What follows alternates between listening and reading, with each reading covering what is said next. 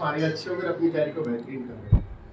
जैसे कि आप जानते हो कि हरियाणा पुलिस की ज्वाइनिंग बहुत जल्दी आने वाली है, सभी को बेस्ट ऑफ लक। तो एक विकास था जो रिकॉर्डेड बैच से था, और रिकॉर्डेड बैच वाले हमेशा लेट आते हैं कि मेरा भी सिलेक्शन हुआ। ठीक है, तो मिठाई का डब्बा लेके आया विकास, देखते हैं कौन सी। मनोज, तो कलाकंद है जो हरियाणा में बहुत फेमस भी है, ऑनलाइन खा सकते हो आप। ठीक है, किसी के मुंह में पानी आ रहा हो अपने कंट्रोल करें। तो बात करवाता हूँ आपकी, आ जाओ मनोज, किस तरीके से तैयारी की, बच्चों को थोड़ा सा मोटिवेट करके जाओ कि सीटी में किस तरीके से तैयारी करें। नमस्कार सभी को। सर मैंने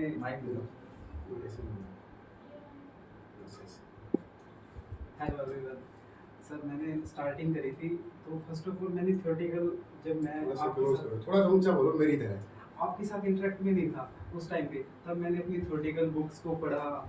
और उसके बाद जब मैं हरियाणा स्टेट्स की तैयारी करने जब मैंने स्टार्ट करी, तो मैंने मोस्ट ऑफ सिर्फ एक चीज़ देखी कि मैं मतलब किस चीज़ में कमज़ोर हूँ या मुझे क्या करना चाहिए। तो वहाँ से मुझे पता लगा कि हरियाणा स्टेट के सिलेबस के अकॉर्डिंग हमारे को ये चीज़ कवर करनी चाहिए। फिर तो हमारे बारे में कैसे पता चला? मेरे को सर यूट्यूब से पता लगा, क्योंकि आप यूट्यूब पे थोड़ा पॉपुलर रहते ही हो, डे बाय डे वीडियोस आती है, फिर इंफॉर्मेटिव इंफॉर्मेशंस भी आती हैं कि ये वाली बुक्स पढ़ो या टाइम ये आप करो। तो सर सिर्फ मैं वीडियोस देख लेता था, कमेंट मैं वगैरह तो नहीं बुक करता। बताता ही नहीं, मैं तो औरों की बुक बताता रहता हूं। उसमें ये तो पता लगता है ना कि सर आप पढ़ा रहे हैं, तो कहीं ना कहीं आप कोर्स भी कहीं ना कहीं तो लॉन्च होगा। तो मुझे लगा कि मेरे को करना तो सही है कि आगे या तो मैं किसी ऑफलाइन कोचिंग सेंटर में जाऊंगा या फिर ऑनलाइन में जाऊंगा। तो मेरे को ऑनलाइन ज़्यादा सही लग रहा था। तो फिर सर उन दिनों में फिर मैंने एक रिकॉर्डेड बैच लिया, क्योंकि मुझे ये पता था कि मेरी कमी इन चीज़ों में है। फिर रिकॉर्डेड बैच से मैंने हिंदी तक कवर करी, उसके बाद सर इंग्लिश कवर करी। मैथ्स का जो आपके यूट्यूब कंटेंट जो मैथ्स की वो 400 क्वेश्चन वाली फ्री बात ऑफ कॉस्ट है ना सर, जो फ्री ऑफ कॉस्ट है। मैंने आपका रिकॉर्डेड बैच नहीं देखा, क्योंकि मैंने थ्योरेटिकल कर रखा था। फिर जो 400 क्वेश्चन रिकॉर्डेड है वो फ्री ऑफ कॉस्ट है। मैंने पेड ना देख के वो लास्ट टाइम पे मैंने उनकी प्रैक्टिस करी, और बिलीव करना वो सारे के सारे उन्हीं चीज़ों पे बेस्ड थे। क्योंकि आपको पता होता है कि आपका ये सिलेबस आना है, उस सिलेबस में आप कंप्लीट अपना कंसेप्ट पकड़ के और आपको तैयारी किस तरीके से करनी होती है। और उन 400 क्वेश्चनों में आपके सारे कंसेप्ट क्लियर हो गए थे। तो मैंने अपने पेड कोर्सेज में नहीं देखा, एक दिन भी लेक्चर नहीं देखा। मैंने सिर्फ वो 400 फ्री कोर्स क्वेश्चन है, वो 2 पार्ट में थे सर। तो मैंने उनको ज्वाइन करा और मैंने 2 से 3 बार उनको रिवीजन करा। मेरा मैथ्स वहाँ से इजीली हो गया। मैथ हिंदी और इंग्लिश का और साथ में कंप्यूटर का, वो सर मैंने अभी आपको नोट्स दिखाए जो मैंने आपके रिकॉर्डेड बैच से बनाए थे। इसके अलावा जो मैंने जैसे छोटी छोटी स्टैटिक, हरियाणा में स्टैटिक डाटा भी पूछा जाता है, क्योंकि इतनी सारी इन्फॉर्मेशन इकट्ठी हो जाती है। उसके बाद एज एन स्टैटिक फॉर्म बन जाती है कि भैया आपको याद करनी ही पड़ेगी, समझ के काम नहीं चलता। तो जब आप जैसे 1 घंटे की 2 घंटे की क्लास लेते थे, मुझे लगता था कि मैं इसमें थोड़ा सा कमज़ोर हूँ, मेरे को ये करना चाहिए। तो मैंने क्लास ऑन करी, अपना देख लिया। उसके बाद मेरा रिवीजन भी हो गया, वो पॉइंट स्ट्रॉन्ग भी हो गया। ऐसे करते करते ये मेरा 3rd सिलेक्शन था जो हरियाणा का हो गया।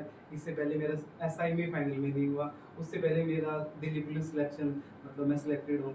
उससे पहले परी के बहुत सारे एग्जाम्स हुए, जैसे लोको पायलट हो गया, एसएससी का हो गया, बट उनमें मैं फाइनल तक नहीं पहुंचा। लेकिन उससे पहले मैंने डिसाइड कर लिया था कि मैं अपने स्टेट लेवल एग्जाम में ही परफॉर्म करूँगा, मुझे उन्हीं में जाना है। तो मैंने सेंटर लेवल को स्किप करके मैं अपना कंटिन्यू मैं वही करा।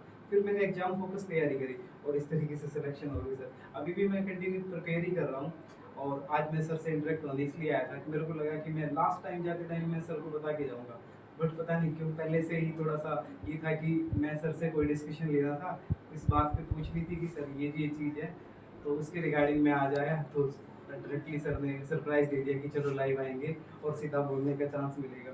तो एज ए मैं जितना मेरे से हो पाया मैंने आपको बता दिया। बाकी मैं सर के साथ एक डिटेल वीडियो बनाऊंगा आने वाले 2 से 3 दिन या आने वाले टाइम में, जहाँ पे जो बेस्ट जितना बेस्ट हो सकता है एक बच्चा, मतलब नॉर्मली बैच ज्वाइन करने के बाद या फिर बैच खत्म करने के बाद या ड्यूरिंग स्टडी के किस तरीके से अपनी खुद की मेमोरी को कितना मैक्सिमम यूटिलाइज कर सकता है, अपना स्टडी टाइम खुद को कैसे ज़्यादा दे सकता है। और कंप्लीट एक डिटेल वीडियो बनाएंगे जिसमें आई होप कि मतलब मोस्ट ऑफ आपको पॉजिटिव ही कुछ सीखने को मिलेगा, ना कि आपको ये लगे कि भाई हमें मतलब कुछ काम की चीज़ें नहीं मिली। मैं अपने एक्सपीरियंस शेयर करूँगा, प्लस साथ सर की जो गाइडेंस है वो सर आपको शेयर करते ही रहते हैं, साथ में उस दिन मेरे साथ भी कर लेंगे। So thank you so much.